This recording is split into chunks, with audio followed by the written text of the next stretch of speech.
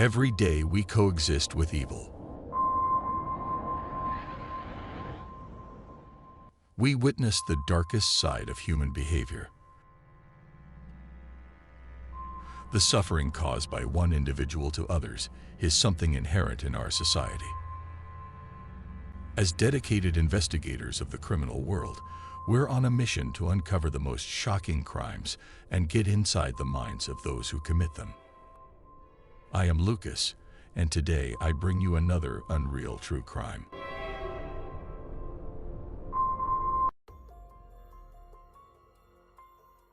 The case of Leah Sousa.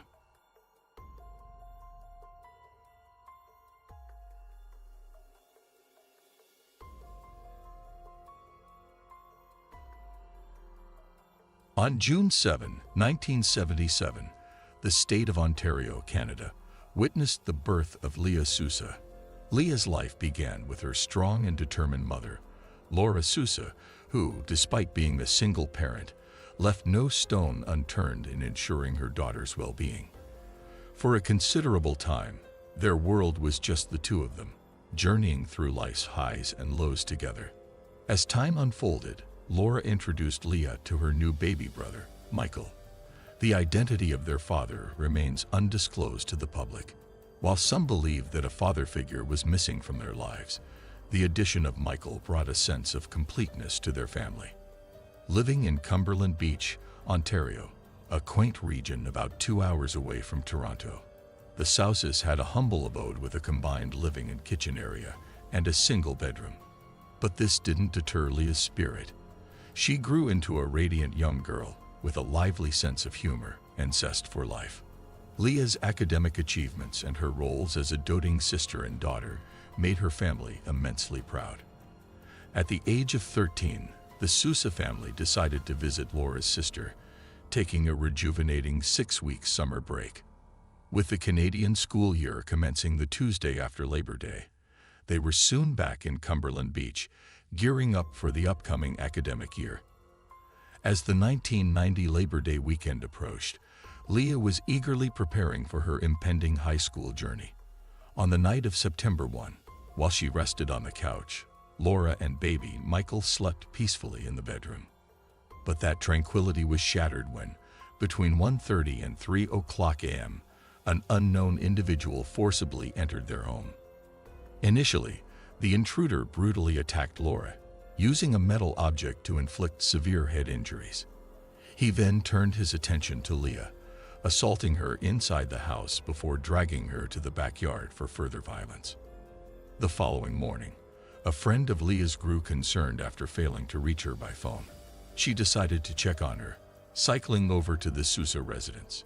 The horrific sight she discovered was beyond comprehension. Leah's lifeless body lay in the backyard amidst a scene of devastation. The police were immediately alerted, and upon arrival, they found Laura grievously injured but alive. The silver lining amidst the tragedy was that young Michael remained untouched and unaware of the nightmare that had taken place. Laura was rushed to a Toronto-based hospital, where she spent 3 challenging weeks recuperating under tight security, fearing the perpetrator might return. The extent of her injuries required multiple surgeries, leading to the insertion of metal implants in her skull and cheek. One eye was severely damaged, resulting in lasting issues like impaired vision, dizziness, and diminished hearing. The brutal attack on Leah and her mother, who miraculously survived, profoundly shook both law enforcement and the residents of the rural community. In a place where people once led peaceful lives, leaving doors and windows open and letting children cycle freely without any fear, panic began to permeate the air. Parents became hesitant to let their children play outdoors, preferring to keep them close and in sight. Locking doors, securing windows, and keeping weapons nearby for self-defense became commonplace. In fact, out of sheer fear of a nocturnal assault, many residents started keeping a weapon or tool close to their beds. The palpable fear was evident on the faces of the community members. Investigators tirelessly worked to shed light on the events and identify potential suspects. Even though various samples were collected from the crime scene and inside the home, they couldn't find the assailant's DNA. Neither the weapon used in the crime nor the bloodied clothing the perpetrator wore during the attack was ever found. One key clue emerged: a footprint from a size 9 or 10 Nike tennis shoe made of leather. It was believed that Laura might have seen the attacker, but due to her injuries, she could not recall any events from that night. Investigators theorized that the individual who took Leah's life might have been familiar with the family and their vulnerabilities, noting their secluded living area and the absence of a male figure in the household, a single mother with an infant and a teenage daughter. Furthermore, detectives hypothesized that the attacker knew the region well, possibly being a resident or a frequent visitor, and was aware that the family was alone that particular night. One person of interest identified was Brian Timothy Elson from a nearby town. 4 months after Leah's tragic end, Brian took the life of 17-year-old Sandra Bannister in a place less than 13 kilometers from where the Sousa family lived. While Brian denied any involvement, the police suspected he was in Cumberland Beach on the night of the assault on the Sousa household. However, after questioning, he was released. He was never charged for Leah's murder, but pleaded guilty to manslaughter in Sandra's case, serving only 6 years in prison.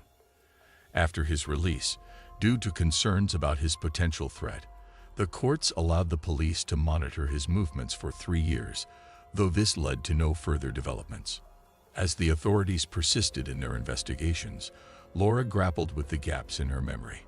Eager to recall the events of that fateful night, she tried various methods, including hypnosis and the controversial use of sodium pentothal, commonly known as truth serum.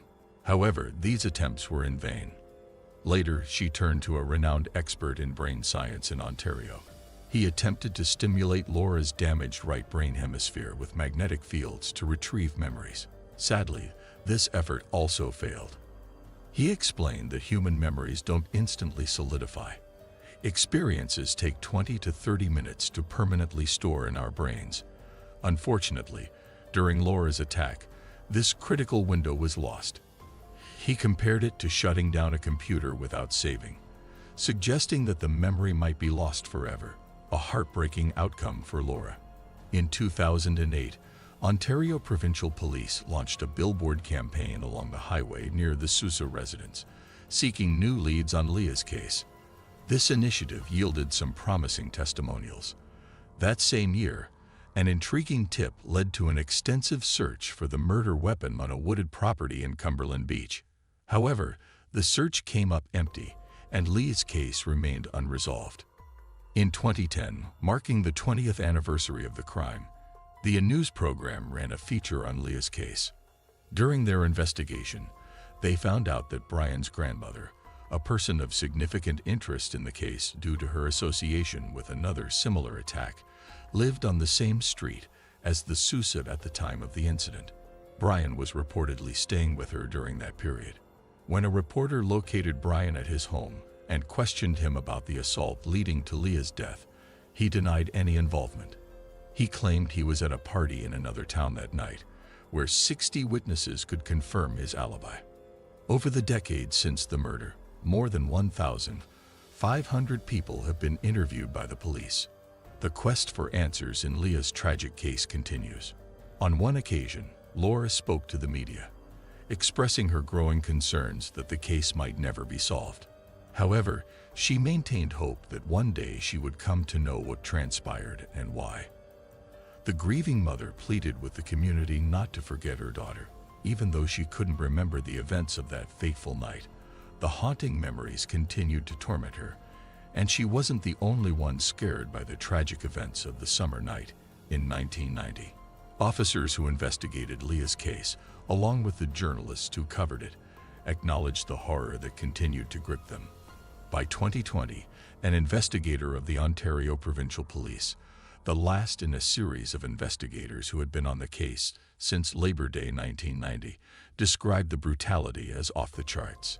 He stated that both mother and daughter, deep in sleep, stood no chance against the attacker as they were ambushed and severely beaten. At that point, he revealed that the police believed a pipe or an iron wrench might have been the weapon used by the assailant. Yet they held back further investigative details to avoid jeopardizing the case. Regrettably, as the years since Leah's assault and the severe injuries inflicted on her mother Laura passed, the mystery of that night remained unsolved. More than 2 decades after the incident, the police reiterated that there were individuals who had information about the events and could potentially help solve the case. Despite a reward offer of $50,000 for information leading to the arrest and conviction of the perpetrator, that crucial piece of evidence never materialized.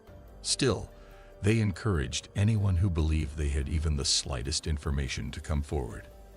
Jim Van Allen, a criminal profiler with the Ontario Provincial Police, had studied around 850 fatal assaults before retiring in 2010. He dedicated significant years of his career trying to understand the motives behind heinous crimes and how to prevent them. When discussing Leah's case, he stated that while all violent deaths are tragic, some, like Leah's, are unforgettable.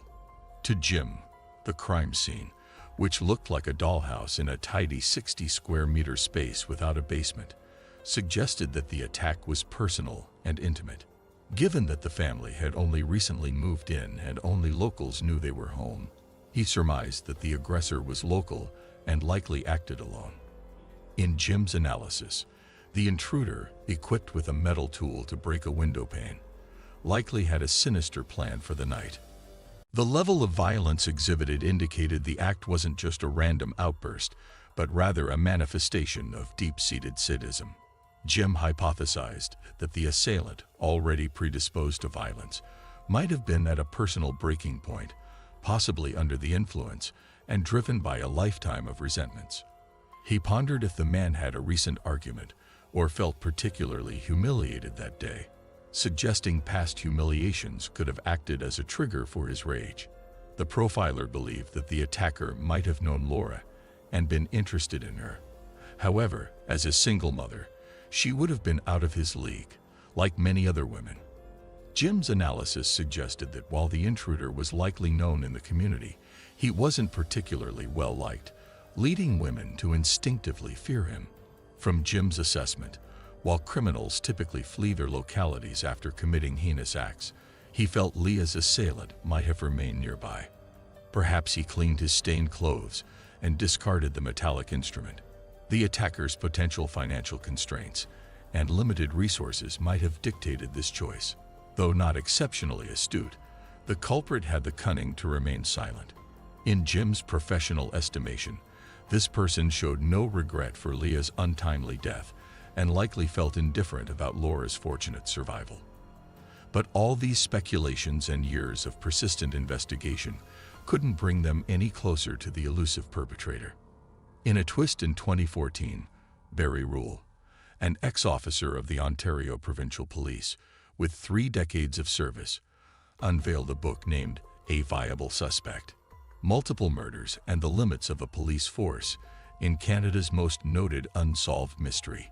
Barry's narrative raised suspicions about a serial criminal, dubbed Larry Talbot in his writings, connecting him to Leah's demise and other similar incidents in southwest Ontario. A personal encounter with this man named Larry in 1971 was recounted by Barry, wherein Larry trespassed and assaulted his fiancée. This attack was thwarted by Barry, who noticed the intruder's method of entry, breaking a rear window, resembled the approach at the Sousa residence. Larry, known as a traveling salesman in southwest Ontario, had his vehicle inspected, revealing a rape kit. Yet, regardless of Barry's insights into recurring patterns, Larry escaped intense scrutiny and passed away without ever being a legally recognized suspect. Even as Barry's book garnered attention, it didn't decisively resolve the cases hinting at Larry's involvement. Commemorating the 25th year of Leah's tragic end in 2015, Laura echoed sentiments of profound sorrow and exasperation, mourning the stolen potential of Leah's life. Investigators, over the years, left no stone unturned, pursuing leads, deploying multimedia investigations, revisiting evidence, and meticulously studying the comprehensive case files, among the most voluminous in police records. With the belief that someone local held the key to unlocking Leah's murder mystery, the police broadcasted a plea for information, spotlighting a $50,000 reward. Leah's mother lamented that even after years, she couldn't recollect the events of that devastating night. The knowledge that clues about the identity of the assailant responsible for Leah's tragic end were locked away in her memory was tormenting. Driving past the house became a somber task for many in the community. Paul Peden spoke about the profound impact this incident had on their lives. Even though he never knew Leah personally, the chilling details of her fate left him and his peers deeply shaken. Parents became overly cautious, restricting their children's outdoor activities. In a time without the rapid information spread of social media, whispers of fear propagated through the community. A new detective took over the case in 2019, and he has been diligently collaborating with experts from similar past cases. The case file, vast and complex, demanded exhaustive scrutiny to uncover any overlooked evidence. Though he didn't divulge specifics on whether they believed a single individual or multiple were involved, he emphasized the continual re-examination of evidence from 1990. Thanks to modern forensic methods, even after over 30 years, the brutal demise of Leah Sousa remains an unresolved mystery. The collective efforts of the community and law enforcement have yet to bring the perpetrator to justice. This harrowing case serves as a grim reminder to the community about the imperativeness of vigilance and unity. Authorities, meanwhile, are unwavering in their quest for justice. Leah's memory remains etched in the community, continually underscoring the importance of justice and safety for all. That concludes today's narration. Your support is immensely appreciated. If you resonate with this content, please subscribe and share. This was another episode of Unreal True Crime. Until next time.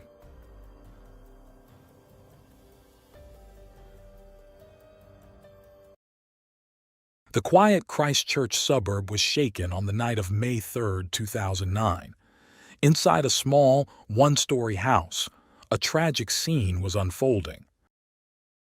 Philip Nisbet, a loving father and truck driver, was found lying lifeless on his bed, his eyes open but unseeing. His wife, Helen Milner, stood nearby, holding a phone and crying as she told the police that her husband had taken his own life. The initial shock of Phil's sudden death deeply affected their family and friends, but as they grieved, doubts and suspicions started to arise.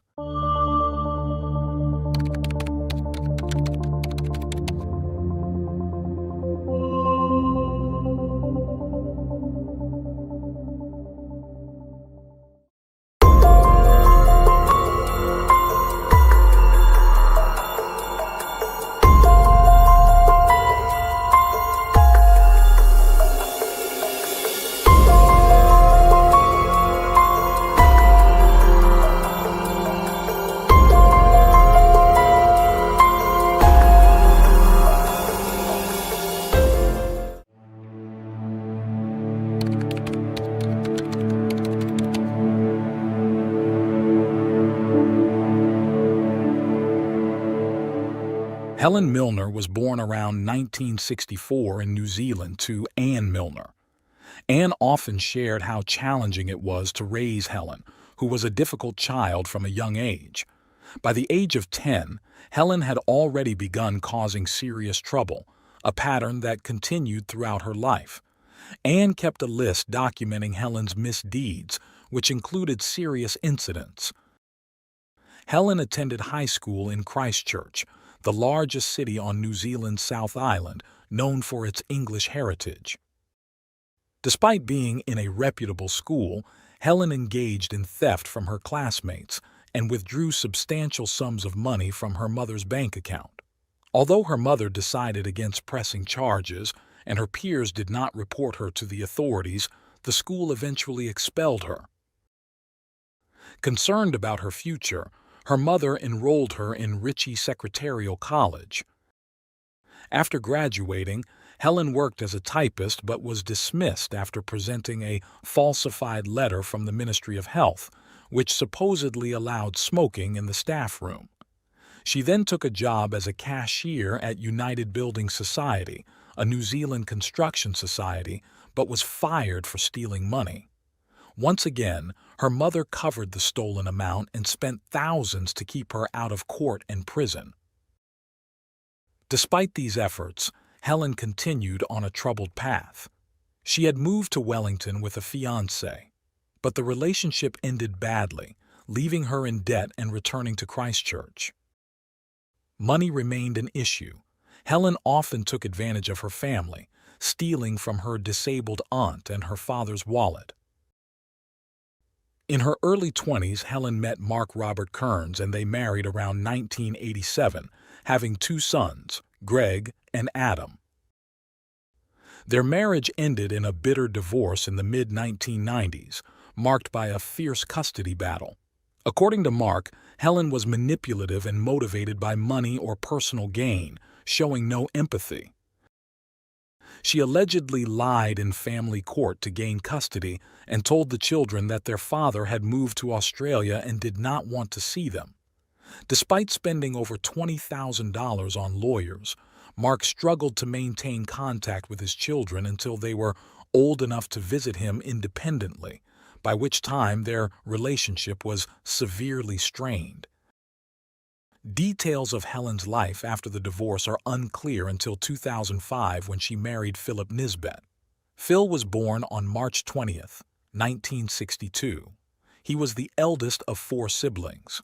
As the eldest, Phil was always protective and caring towards his siblings, especially his youngest sister. At some point, the Nisbets moved to Australia, but Phil chose to stay in New Zealand. He worked as a truck driver, a demanding but reasonably well-paid job. He was married to a woman named Vicky, with whom he had his eldest son, Zach. After their separation, he formed a relationship with Karen, which produced his younger son, Ben. This relationship also ended, leaving Phil single again as he entered his 40s.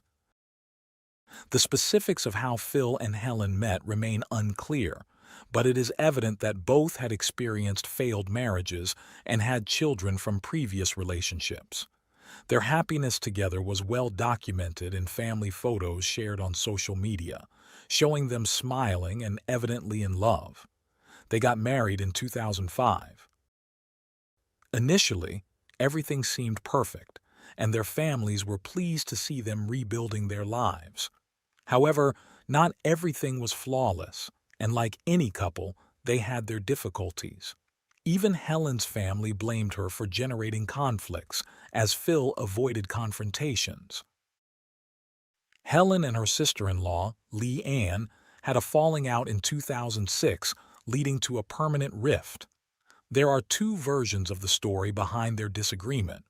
One version suggests that Leah's teenage son, Lance, had stayed with Phil and Helen, and after an incident that upset Helen, she called her sister-in-law to complain, resulting in an argument. The other version claims that Lance reported to his mother about a nefarious plan that his Uncle Phil was allegedly plotting under Helen's influence to harm his ex-partner Karen. Leah confronted Phil about the absurd plan and took her son out of Phil's house. Despite this, Leah continued to love her brother but regretted the distance that grew between them. Although things seemed fine, or at least Phil thought so, Helen had grown tired of the relationship. She spoke ill of him behind his back and complained about not being free. Sometimes she openly fantasized in front of her co-workers about becoming a widow. However, she never mentioned divorce. On April 15, 2009, Phil fainted at work and was taken to the hospital. Doctors were unsure of the cause but suspected an allergic reaction to a spider or insect bite during a recent visit to Australia for his birthday. His condition improved and he was sent home, but that night, he fell ill again. Helen informed her younger son that she would take Phil back to the hospital. In the days that followed, Adam spoke to Phil about something odd he had noticed the night Phil's condition worsened. He told Phil that his mother had been holding some empty capsules and tried to hide them from view. Despite being Helen's son, Adam warned his stepfather to be cautious, suggesting that his mother might poison him. Phil, trusting and unwilling to believe such a thing, reassured Adam that he had nothing to worry about and must have been mistaken. This incident was the final straw for Adam, who moved out the next day, unwilling to remain in a toxic environment. For about 3 weeks, life returned to normal, with everyone going about their routines without health issues. On May 3, 2009, Phil, a loving father, texted his younger son Ben before bed, informing him that he had washed his hoodie and would bring it to him the next day. However, Phil did not wake up that morning. On May 4, 2009, Helen called the police, reporting that her husband Phil was dead in their home. The police responded quickly as it was a slow day with an available patrol. Helen, in tears, opened the door and led the officers to the master bedroom, where they found Phil's body lying diagonally on the bed, eyes open and not breathing. The officers noticed 2 empty packets of pills and a half-empty glass of water on the nightstand. Helen's crying intensified, but something about her made the officers keep their distance. They called their superiors to report the scene and notify Phil's family.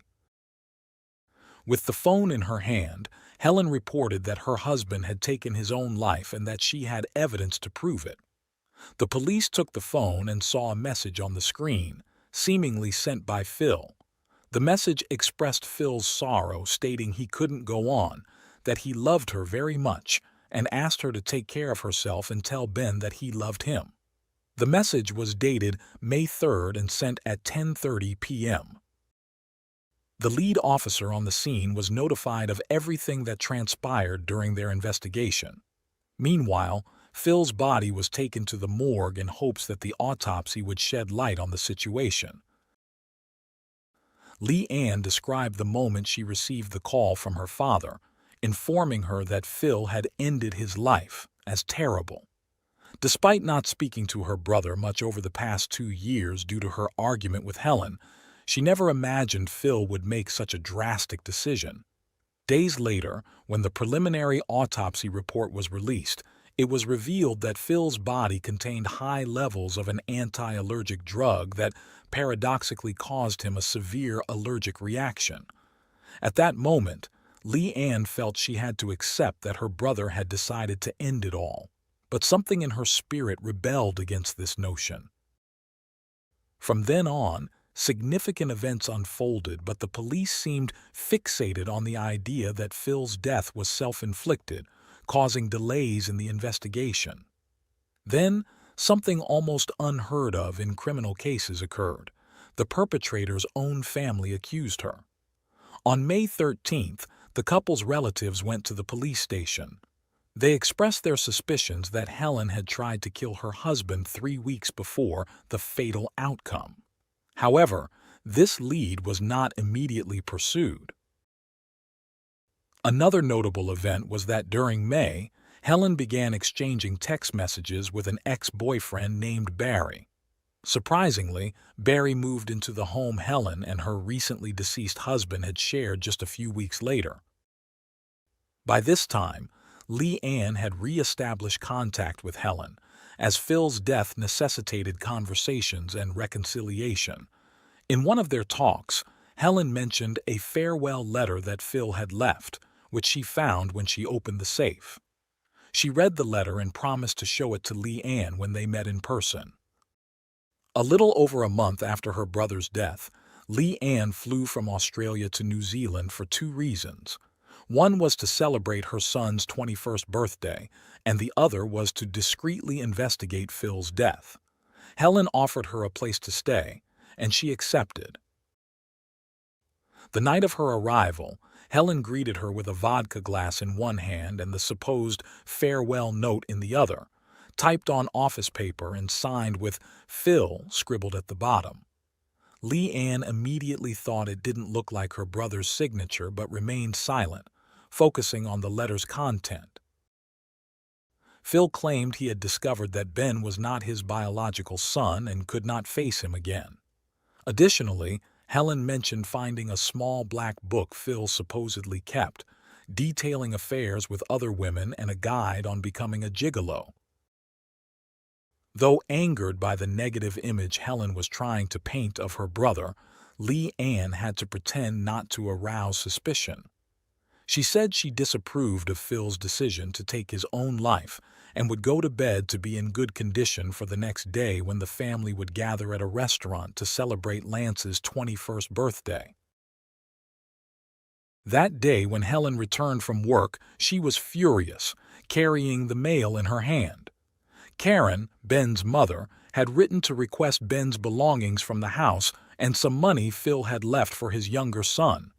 Filled with rage, Helen declared she would put Karen in her place, claiming Ben wasn't Phil's son and announcing that they would not be attending Lance's birthday celebration. Although Leah disagreed with Helen's behavior, she chose to remain silent, not wanting to provoke her. She needed to stay close and observe everything she could as she continued to suspect foul play in her brother's death. That evening, Barry, Helen's new boyfriend, dropped off the two women at the restaurant where they would celebrate Lance's birthday.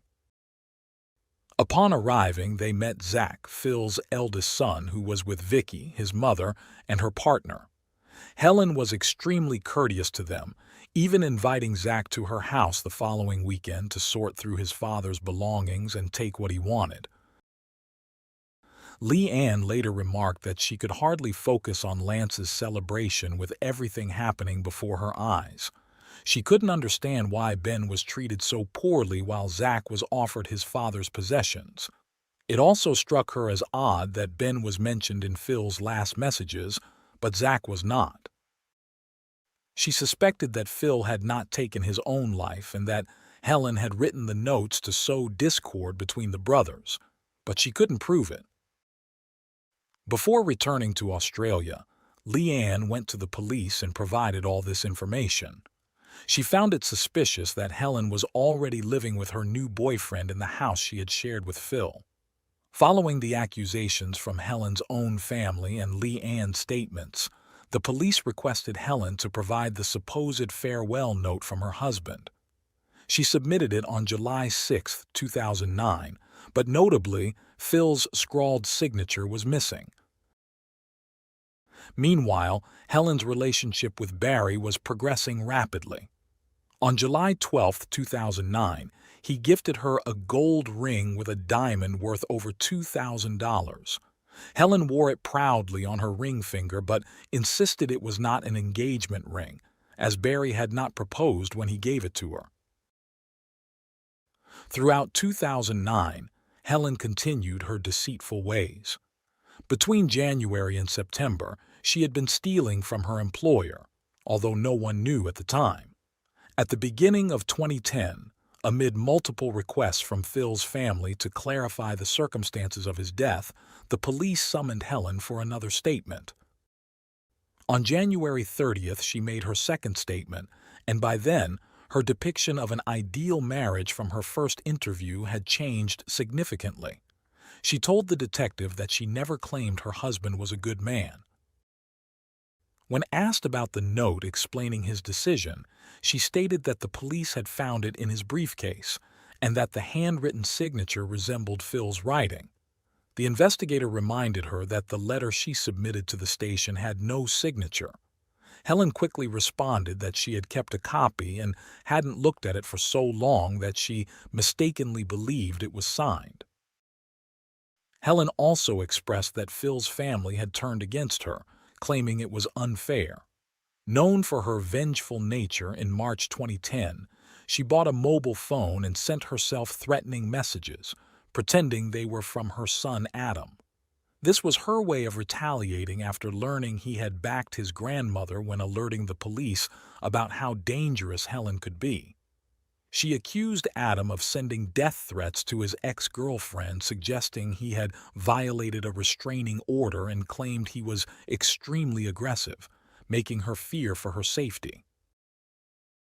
Due to these serious allegations from his mother, Adam was detained for over 15 days until it was revealed that everything was a fabrication of Helen's twisted mind. Helen's luck seemed to turn in late 2010. In October, she was sentenced to 5 months of house arrest after being found guilty of stealing from her employer between January and September 2009. Concurrently, Leigh Ann's persistence bore fruit, leading to a forensic investigation into Phil's death starting in November 2010. Leigh Ann had requested permission to review some evidence for the court case, and it was granted. Leigh Ann brought a folder of documents with Phil's signature for comparison with the farewell letter. The judge showed her and her brother the letter. Leigh Ann practically snatched it from the judge's hand upon seeing it lacked a signature, displaying her anger and disappointment at what she saw as another of Helen's attempts to evade responsibility. The subsequent court investigation highlighted the police's failings in investigating Phil's death, Helen's history of law violations, and mounting evidence that Phil had not taken his own life but was a victim of foul play. On the stand, Helen described her husband as very nervous and easily agitated, recounting their trip to Australia in March 2009 for Phil's birthday. During that trip, he had been bitten by an insect, taken a low dose of Phenergan, and remained unconscious for at least 6 hours, discovering his severe allergy to the medication. Helen added that the day before his death, they had a pleasant time shopping, having lunch and discussing future projects for the house. They had dinner, watched TV, and Phil showered and went to bed around 9:30 p.m. According to Helen, she joined him an hour later, kissed him goodnight, and went to sleep. The investigation in court lasted 6 months, with various pieces of evidence presented and thoroughly analyzed. On May 12, 2011, the judge presented her conclusions, stating there was insufficient evidence to prove Phil intended to take his own life. This conclusion paved the way for a homicide investigation. The investigators took an immediate interest in the case and launched a murder inquiry that lasted several months. On October 27, 2011, Helen was arrested and charged with murder and attempted murder. In the meantime, Helen continued facing legal repercussions for her other actions. In August 2012, she was sentenced to 2 years and 8 months in prison for sending herself insulting text messages, pretending they were from her son. In March 2010, she was denied parole. The murder trial began on December 12, 2013. The Crown's prosecution spent 2 weeks presenting evidence from over 70 witnesses, asserting that Helen attempted to kill her husband twice, succeeding on the second attempt, using doses of the anti-allergy and sedative drug Phenergan. The motive was believed to be financial, as Helen intended to claim Phil's $250,000 life insurance policy. The financial advisor who sold the policy to the couple in 2008 testified that Phil was present when the policy was purchased, but he suspected Helen filled out the entire form on her husband's behalf. It was also revealed that the insurance policy had a 13-month exclusion clause for voluntary death, which expired in March 2009, just before Helen's alleged attempts on Phil's life.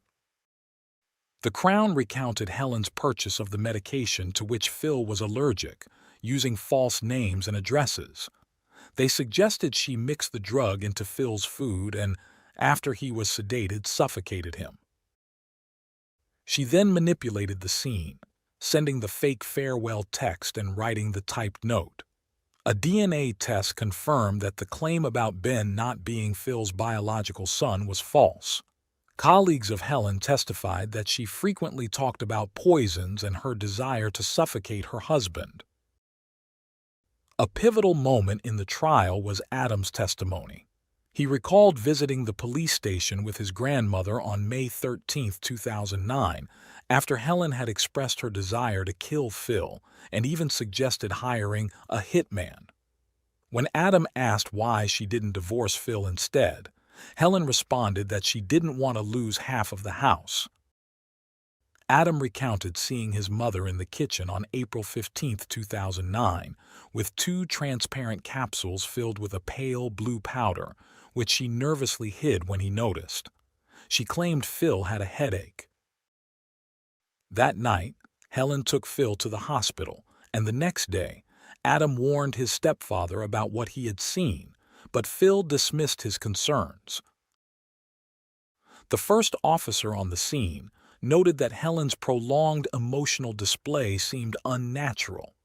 He and his colleague found it suspicious that the farewell text was discovered precisely when they were at the house.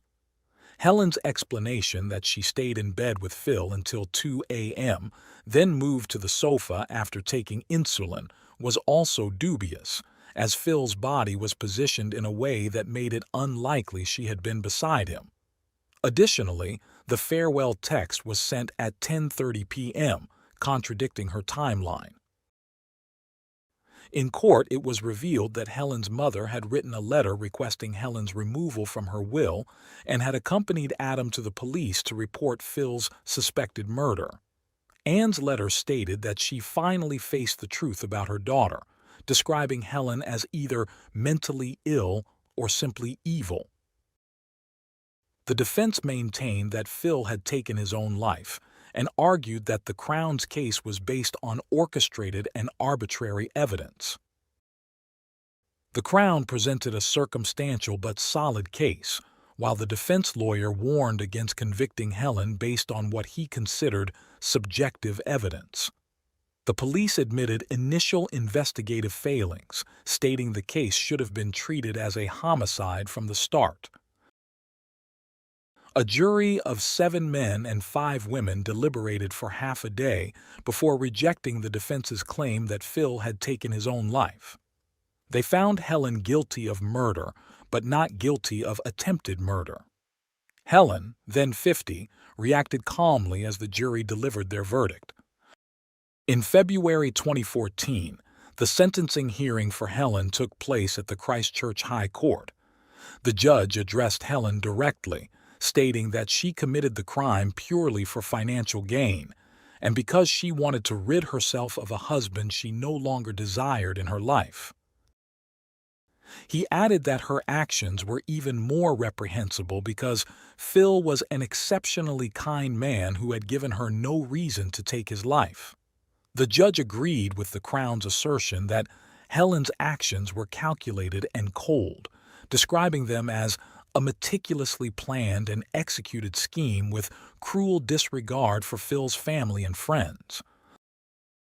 Ultimately, Helen was sentenced to life imprisonment with a minimum of 17 years before being eligible for parole, for causing Phil's death in 2009 to claim a $250,000 life insurance payout. One of the consequences of the trial was the tarnishing of the police's reputation for initially adhering to the idea of a self-inflicted fatal injury despite indicators of foul play. The media highlighted this issue, which the public deemed crucial. Reports revealed an internal document exposing fundamental flaws in the initial investigation. After the sentencing, Mark Kearns, Helen's first husband, broke his silence, stating that Helen nearly destroyed his relationship with their children. He said he was trying to rebuild his bond with Greg, 25, and Adam, 23, understanding the need to move past the past. Adam, who had filed a civil lawsuit against his mother for falsely accusing him of harassment, won the case in 2014. He argued that Helen's actions caused him pain, distress, humiliation, and financial loss due to his unjust 15-day imprisonment. Helen was ordered to pay Adam Kearns $55,000. However, Helen's impact on Adam's life led to further legal troubles. He faced charges for cannabis sale and illegal possession of a shotgun and appeared in the media for assaulting Justin Marshall, a former New Zealand Super Rugby champion from the early 2000s. Leanne's persistence ensured that Phil's murder did not go unpunished. After the intense legal battle, she, a single mother of 4 living in Australia, wrote a book about the case, published in 2016. By then, she had also started studying criminology and justice at the University of the Sunshine Coast in Queensland, hoping to work in the criminal justice system to improve the arduous and stressful path for other victims.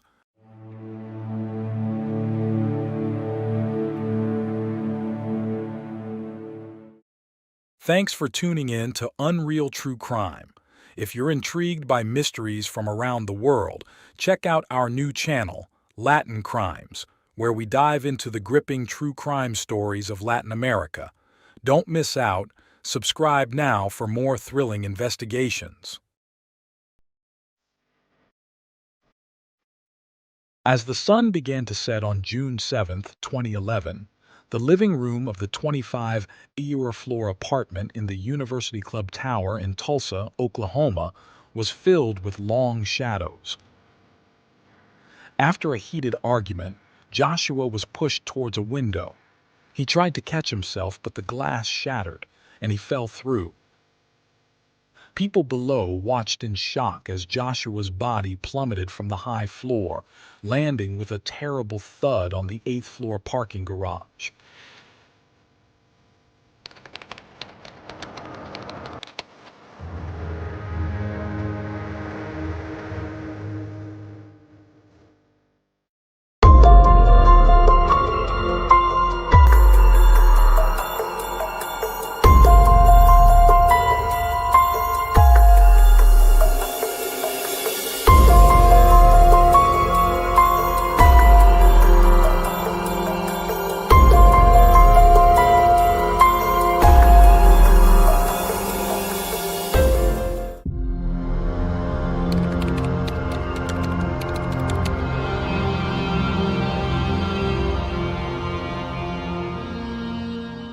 Joshua Hilberling was born on May 30, 1988, in Tulsa, Oklahoma.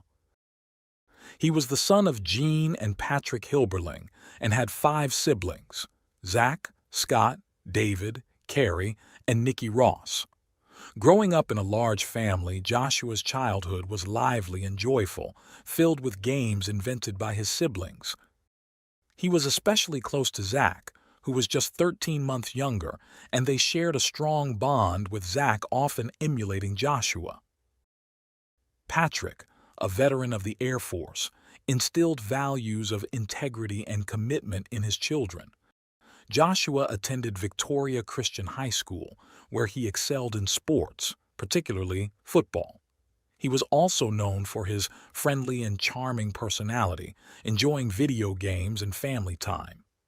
In 2007, after completing his studies, Joshua followed in his father's footsteps and joined the United States Air Force. In early 2010, he met Amber, whom he believed to be the love of his life. Amber reciprocated his feelings, and their relationship blossomed quickly. Amber was born on October 1, 1991, in Joplin, Missouri. Her family moved to Tulsa 3 months after her birth, where they later welcomed 2 more children, Adam and Ariel. Amber, with her beautiful long blonde hair, attended Skelly Elementary School. She was not only beautiful but also intelligent and dedicated, consistently ranking among the top students. During her school years, she participated in various outdoor activities, excelling in soccer, volleyball, track, and dance. She was also a member of an American nonprofit organization that promotes and supports agricultural education. After her parents' divorce, Amber's mother remarried a well-known local surgeon. He embraced Amber as his own daughter. Amber was a devout churchgoer and a voracious reader and movie enthusiast, often quoting films to the fascination of those around her. She also had a keen interest in history and wrote many eloquent poems. Amber had a passion for fashion, makeup, and shoes. When Joshua and Amber met, she was 18 and living with her mother and stepfather. Their relationship progressed quickly, and when Joshua, then 22, learned he would be stationed in Alaska in 6 months, they decided to marry so she could accompany him. They wed in the summer of 2010 in a beautiful ceremony with one of Joshua's brothers serving as the best man. Shortly after, the newlyweds moved to Fairbanks, Alaska. Despite their excitement, they soon faced unforeseen challenges. Their youth, inexperience, and the isolation of their new home led to frequent arguments, as Amber herself later recounted. Her husband also developed the habit of breaking her cell phone so that she couldn't communicate when he wasn't home. Although there are versions that suggest she had a fiery temperament, as often happens in relationships, especially in extreme cases, the truth likely lies somewhere in the middle. Despite their tumultuous relationship, they remained in love and soon discovered they were expecting their first child. However, on January 2, 2011, base officials received a report from Amber alleging that her husband had assaulted her. She told the officers that they began arguing after she wanted to order takeout, which he refused, leading to insults. While Amber was preparing dinner, Joshua approached her, throwing a drink and a plate from her hand. He then grabbed her right breast, causing bruising and broken blood vessels. These details were recorded in the military report, and photographs of the injuries were taken to document the case, leading to Joshua's arrest. The incident occurred in the first trimester of Amber's pregnancy, and she ultimately decided not to press charges. 5 months later, things worsened when Joshua was unexpectedly and disgracefully discharged from the Air Force due to misconduct involving drug use, as shown in records. As a result, Joshua and his beautiful wife packed their bags once more and returned to Tulsa. Despite their rocky relationship, Amber and Joshua were excited about their baby's impending arrival, a joy shared by their families. The couple temporarily moved into Amber's mother's home while making permanent housing arrangements and preparing for the birth. However, this arrangement was short-lived. Joshua's issues extended to his in-laws, who accused him of substance abuse and demanded that he leave. Although Amber was welcome to stay, she chose to go with him. Concerned for her daughter's and grandchild's well-being, Rhonda, Amber's mother, generously allowed them to stay in one of her properties, an apartment on the 25th floor of University Club Tower, a unique 32-story cylindrical building. Amber's maternal grandmother also lived in one of the units. The building, constructed in 1966, was the first major U.S. structure designed using computerization for structural calculations, ensuring it was strong enough to withstand wind sway. When the young couple moved in, the facade and glass curtain wall panels were 46 years old, and the building did not meet modern construction standards. Moving there did not bring peace or relief to their marriage. The arguments continued, exacerbated by Joshua's frequent nighttime outings. He would leave Amber alone in the apartment and take the car her mother had lent them, meant for Amber's use in case of emergencies with her advanced pregnancy. Records show numerous text messages from Amber to Joshua, pleading for him to return home and fulfill his family responsibilities, but he repeatedly refused. By this time, their families and friends had taken sides, each blaming the other. Amidst accusations and gossip, there were frequent suggestions that they should separate for their own good. In early June 2011, with Amber 7 months pregnant, the couple seriously considered divorce, making their home environment even more unbearable. The situation escalated to the point where one of them threw a TV out the bedroom window, shattering it. When they informed the building manager about the broken window, They were told they had to pay for the damage. On Tuesday, June 7, 2011, with the divorce papers on a table in their apartment, Joshua decided to skip Amber's biological father's wedding that weekend. Instead, Joshua chose to go with his friends to a music festival in Tennessee. According to Amber, he planned to use and sell drugs at the event. Upset about his imminent absence at such an important family event and his dubious intentions, Amber reacted badly. After a heated exchange, she continued packing laundry to take to her grandmother's house since their apartment lacked a washer and dryer. In a fit of rage, she began pulling her husband's dirty clothes out of the basket. At that moment, the professional hired to repair the broken window knocked on the door. Upon entering, he immediately sensed the tension in the air. When he quoted a repair cost of $150, the couple started arguing again. Joshua considered fixing it himself, but ultimately agreed it was best for the professional to handle it. With his belongings packed, Joshua asked his father to pick him up, but his father said it wasn't possible. Consequently, Joshua turned to his friends for help. One of them, Brandon, agreed to come but didn't realize the urgency of the request. Soon after, the situation between Joshua and Amber escalated into even more violence. Exactly what happened next is a mystery both took to their graves. On the afternoon of Tuesday, June 7, 2011, while they were arguing in the living room, 23-year-old Joshua inexplicably fell against the window, which shattered on impact. Amber watched in horror as her husband plummeted from the 25th floor. The professional working on the other broken window in the bedroom heard the crash and rushed to the living room. Initially, given the heated argument he had overheard, he thought Joshua had jumped intentionally. According to his later testimony, Amber was completely distraught, crying and frantically saying Joshua had fallen and needed help. She then ran out the apartment door. Across the street, Robert, a resident, was smoking a cigarette when he saw Joshua fall and land face down on the 8th-floor parking garage, his head against the railing. It took nearly 3 seconds for Joshua to hit the ground, resulting in an instant death. Robert ran towards the apartment complex while the manager tried to contact Armando, the professional fixing the window. Meanwhile, Amber frantically pressed the elevator buttons to get to the first floor, searching desperately for Joshua. When she couldn't find him, she looked toward the 8th-floor parking garage and realized what had happened. She ran to the elevator again, this time accompanied by the building manager, who urged her to remain calm to avoid causing a bigger scene.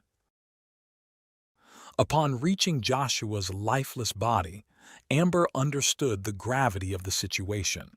Paramedics, firefighters, and authorities arrived, alerted by several neighbors. Amid tears and screams, Amber repeatedly begged them to save him, but it was clear there was nothing they could do.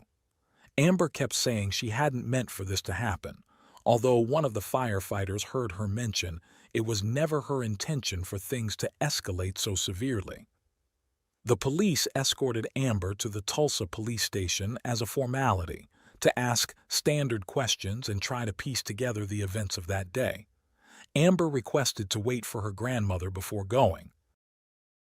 At that point, the authorities were uncertain about what exactly had happened in the couple's apartment. Unbeknownst to Amber, her life was about to change dramatically, not only because she was now a widow, but in many other aspects. Once at the station, the police placed Amber and her grandmother in a room where they were alone. They were asked to remain calm as someone would be with them shortly. What they didn't realize was that the room was equipped with recording devices. Every word they spoke during that time was captured. Additionally, an on-duty officer observed all their actions in real time. Amid her utter shock, Amber tearfully told her grandmother that while they were arguing in the living room, She went to the bedroom, and upon returning, she pushed Joshua towards the wall in response to his insults. He stumbled, tried to catch himself, but ultimately fell through the window. At one point, she told her grandmother that Joshua's parents were right when they repeatedly claimed that if they stayed together, she would eventually cause his death. Amber couldn't stop lamenting the fatal outcome she had caused. Her grandmother was aware that Amber's in-laws would relentlessly pursue her, so she urged her to stay strong, especially for her unborn child. Despite following her grandmother's advice to remain silent without legal representation, the police still arrested Amber as a suspect. The next day, after securing a lawyer, her mother paid the bail, and Amber was released. As the investigation continued, Joshua's memorial service was held on the morning of Saturday, June 11, 2011.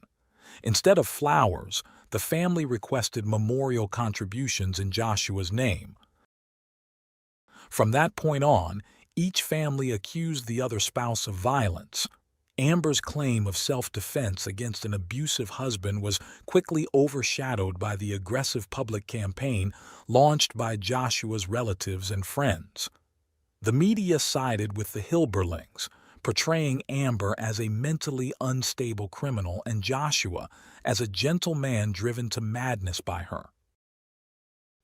Websites appeared where anonymous people called for Amber's execution, and strangers harassed her family.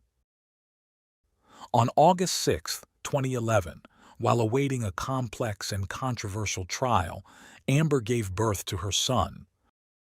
Close friends described him as a beautiful blend of his parents. Amber and her lawyers rejected two plea deals offered by the district attorney's office. One deal was a 5-year prison sentence plus 15 years of probation, and the other was 7 years in prison with 13 years suspended. Amber later told a major American media outlet that she did not regret her decision, as she was confident in her innocence and willing to take any risk to prove it. These decisions led to her being tried for second-degree murder. When Amber began attending court hearings in fitted jackets, impeccably made up and sporting disheveled blonde hair, the public and press used these details to confirm their preconceived notions about her. Meanwhile, she cherished every moment with her young son, finding peace in watching him grow amidst the chaos surrounding her case, which seemed focused on her family's financial means to evade justice. On the opposite side of her, many detractors, was a page created by those who believed in her innocence. Although fewer, these supporters extensively discussed on social media the records of domestic violence perpetrated by Joshua. They also posted text messages from Amber's phone, supposedly from conversations with her husband the day before his death. On September 19, 2012, Amber filed a lawsuit against University Club Tower, claiming that Joshua's death resulted from the condominium's negligence. The document alleged that Joshua's fatal fall occurred because the window did not meet the glass requirements stipulated by Tulsa's building code. 6 months later, Amber's trial commenced. During her testimony, Amber told the jury that when she entered the living room, Joshua stepped away from the window and walked toward her. It was then, according to her, that he grabbed her shoulders with both hands. Fearing the worst, she pushed him hard against the wall between the chandeliers and the TV. To better explain, Amber drew a diagram of the push, and the court allowed her to stand in the witness box to demonstrate. The deputy district attorney began her cross-examination, making it clear to the jury that they did not need to believe Amber intended to kill her husband to convict her of the charge. They only needed to be certain that her act was extremely dangerous to another person. She added that the incident evidenced a depraved mindset. In this context, the video of Amber's conversation with her grandmother at the police station, where she admitted her guilt, was a key piece of evidence presented by the prosecution, despite the defense's efforts to suppress it. Additionally, The prosecutors called witnesses who claimed to have heard sounds of a struggle in the apartment, including heavy footsteps moving towards the window area. Their hypothesis suggested that Amber, despite her advanced pregnancy, had attacked her nearly 6-foot, 220-pound husband in a fit of rage, pushing him through the glass. Armando testified about what he heard and saw that day, as did the firefighter at the scene, who mentioned that Amber repeatedly said she didn't mean to push her husband out the window. An expert in windows and glass was called as a defense witness. He explained that the window in question was made of annealed glass, which lacked the strength required for residential use. He asserted that if the window had been made of safety glass, Joshua might not have fallen through it, as tempered glass is 4 times more resistant to wind loads and twice as resistant to impacts as regular annealed glass. In his expert opinion, the domestic dispute put the victim in contact with weak, unsafe, and poorly supported glass, compounded by other factors like the building's poor condition and wind pressures pushing the glass and Joshua outward. Despite the defense's considerable efforts, the jury took only 3 hours to find Amber guilty of second-degree murder. On March 18, 2013, the judge sentenced Amber to 25 years in prison for the crime against her husband. Additionally, she was fined $10,000 and ordered to reimburse over $6,000 in funeral expenses paid by Joshua's family. According to Oklahoma law, after 1 year, the judge could suspend part or all of the sentence, potentially granting Amber less time behind bars.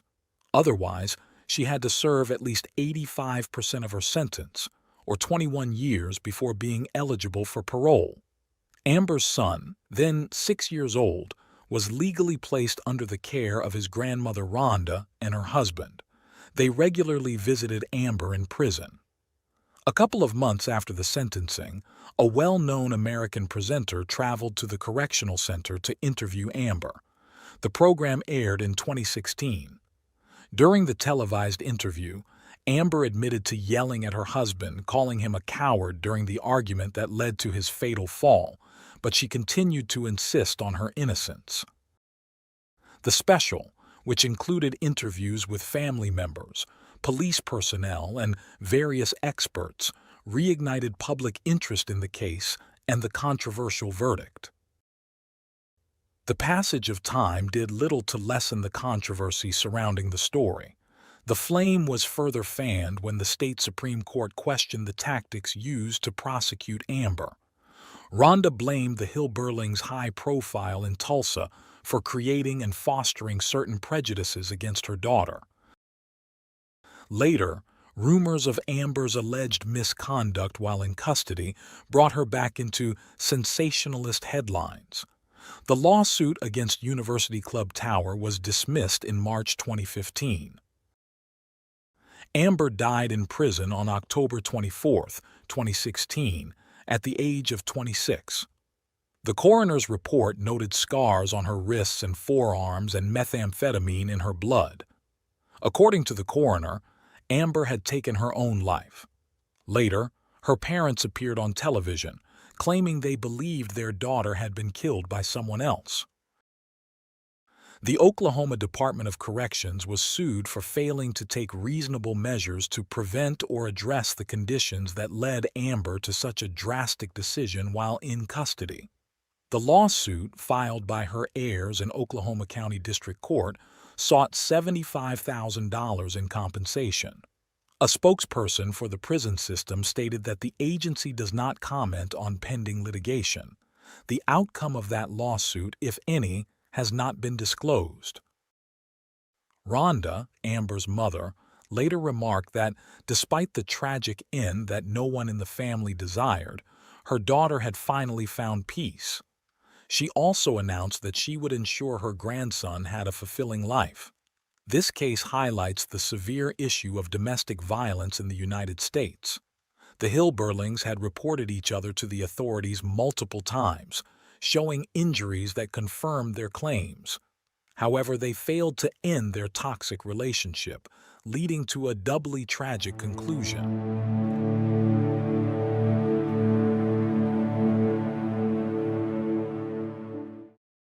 Thanks for tuning in to Unreal True Crime. If you're intrigued by mysteries from around the world, check out our new channel, Latin Crimes, where we dive into the gripping true crime stories of Latin America. Don't miss out. Subscribe now for more thrilling investigations.